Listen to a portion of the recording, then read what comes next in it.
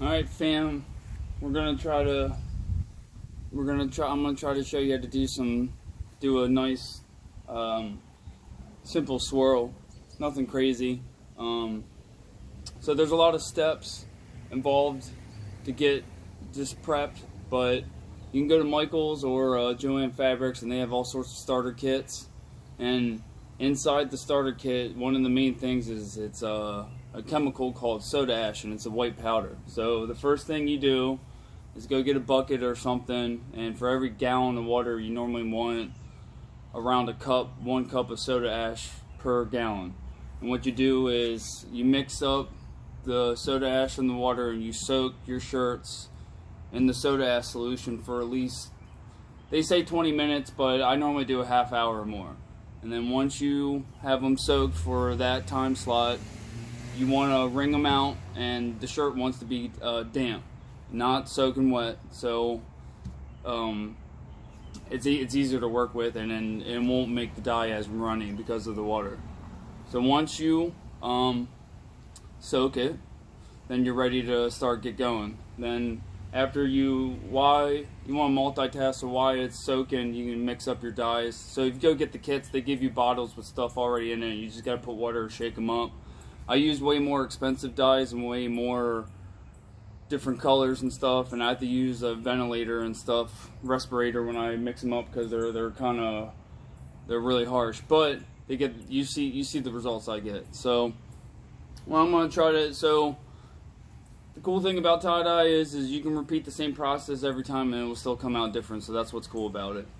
All right, let's get to it. So we're just gonna do a center swirl. It's one of the most common ones you see. I use tools to do my swirls now, but I'm trying to show it so anybody can do this. So what you want to do is you'll want to get the center and you want to pinch it, and then you're going to start twisting. And then you can see the pleats are now starting to form, and as you're twisting, you just want to kind of make them so it looks pretty and it doesn't get all bunched up, because you want the pleats to be kind of almost even, with almost the same level. And what that will do is it will make a more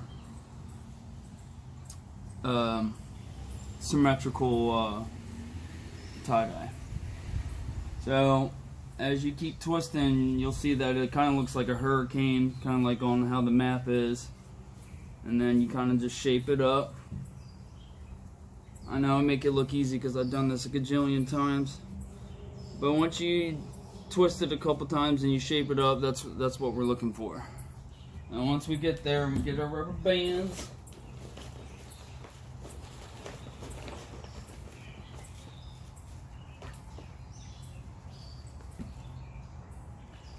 Rubber bands are probably they're the easiest, quickest thing to do.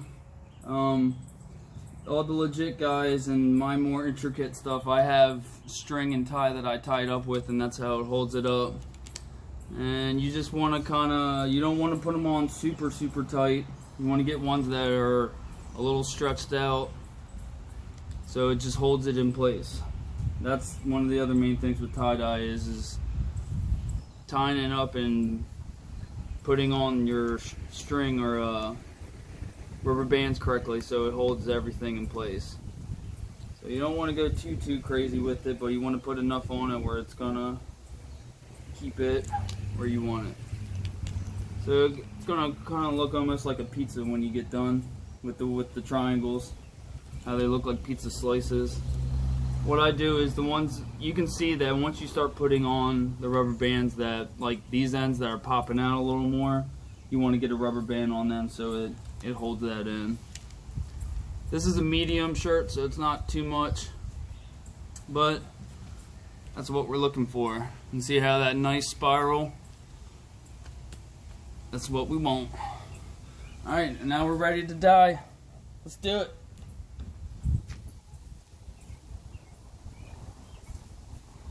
We're gonna get a little bumpy here, so just bear with me. And we're gonna go into the sun.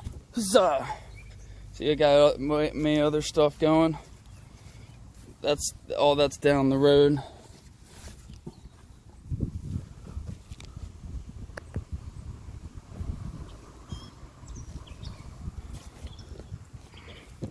It's my first time doing this, so if it's a little shaky and the angles aren't great, sue me, I don't care. I'm doing this for you guys. Alright, we're not gonna do the traditional rainbow like I do a lot. We're gonna switch it up a little bit. So when you put on your dye, again, going back to the pizza, you kind of want to make it look like pizza. So I'm going to do a total of 6 colors, but I'm going to do 3 colors on this side and 3 different colors on the other side. And what that does is it creates a cool color pocket. We're going to do, this is avocado. You see what I'm talking about with that pizza slice? Kind of like a pie chart almost. And you want to make sure that it's soaked. You don't want to over soak it, so when you put on the dye, you don't want to press really hard because the dye will spread out. So you gotta let it do its work. Then get some blue going.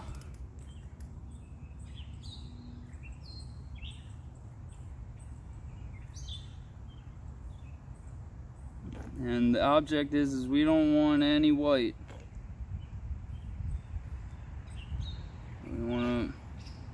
You wanna, just like mowing the lawn, you wanna go back and repeat. Make sure it's getting soaked in. And purple. This one should look cool at the end.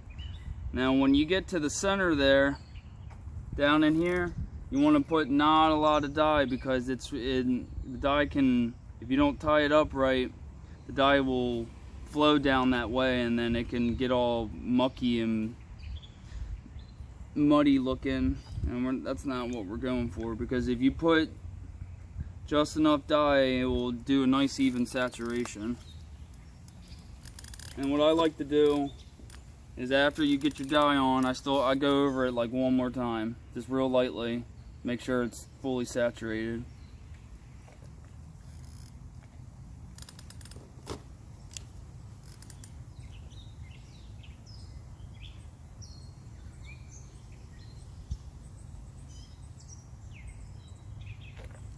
Normally I have music playing, but Facebook's been lame.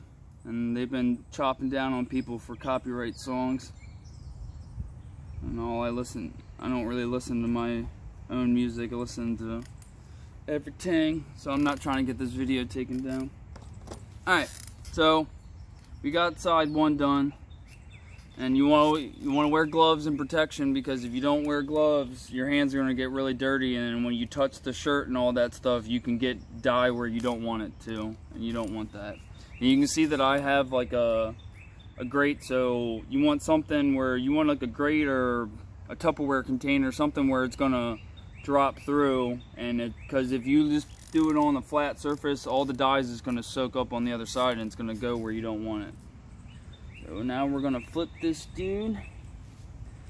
Now you can see that, see what I'm talking about with the center. So I probably put a little too much of the green and it went through, but that's okay. You can see that now you can see where the dye was for the other kinds. So now I'm going to do slightly different colors. I'm going to do a darker green where this green was. I'm going to do a darker blue where this was. And I'm going to do a red for the purple. And then you're just going to repeat the same shape. Do that pizza slice. Oh yeah. Oh yeah. And put your hands up.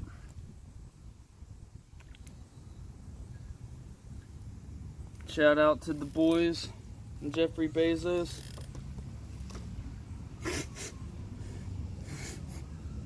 Alright. Get the dark blue.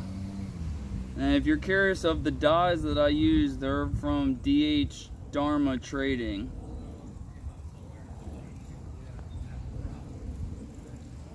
I'm out in my front yard. This is where I mainly do it, so this is why I don't do it a lot in the winter time, because I kind of can't do it in the winter time. It makes it hard. And then last but not least, we'll get some red up in here.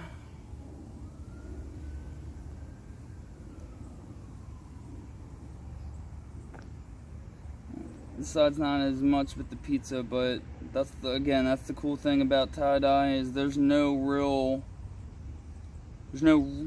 exact rules you have to follow. There's just guidelines, and then that's what's cool about art is do your own thing, and then you can figure out cool stuff.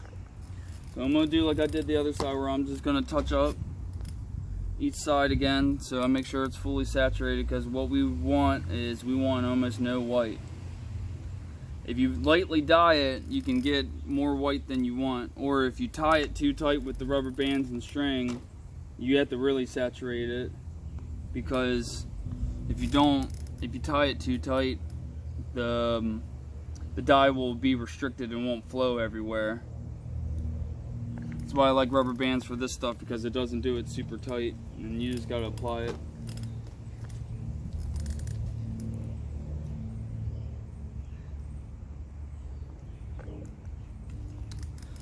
And believe it or not, that's it.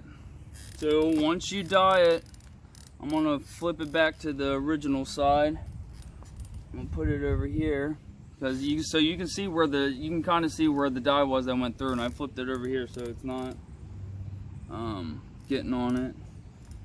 A little bit of white I saw. So when you're doing the swirls, you always want to make sure that you put a lot on the outer edges, because that's where most of the fabric is. So once you dye it, you can either put it in, let it sit and drip through, because it's dripping right now, and you want to let it to kind of drip through all the way. And you can, if you don't have an area where you can put it and leave it be, you can put it in like a ShopRite bag, one of the plastic bags that they give you. And the rule of thumb is most of the time 24 hours. So that's why if anyone's ever got a shirt from me, it normally takes me a couple days to get back to you. So let that sit. So I'm gonna let this sit for about 24 hours. So 24 hours from now, you'll wash it out, and I'll do a reveal. We'll do another video tomorrow or the day after, and I'll do a reveal of this. So we'll be in this all together. You let it sit for about 24 hours. And then what you do is you don't just throw it in the washer machine. You can, but that's how you can get a bunch of dye in your washer machine, and the next time someone does a load, you can make them really not happy. So if you got a hose or fill up a 5-gallon bucket and you want to wash it and wring it out a bunch, to where when you're hitting it with water, you're gonna keep doing it until the water's almost clear. And then once you get it to it's almost clear, throw it in the wash for just a quick cycle, wash it. I normally don't dry them, because you know how when you dry stuff it can shrink. And after you wash it, let it dry, and then you got a finished product. I got way other stuff to dye, so I'm gonna do that, and you guys will get to see what that is. But hopefully you guys make something cool of this. You can use any colors you want. You don't have to do exactly the colors I did, but that's what's cool about tie-dye. Thanks for watching. Peace out.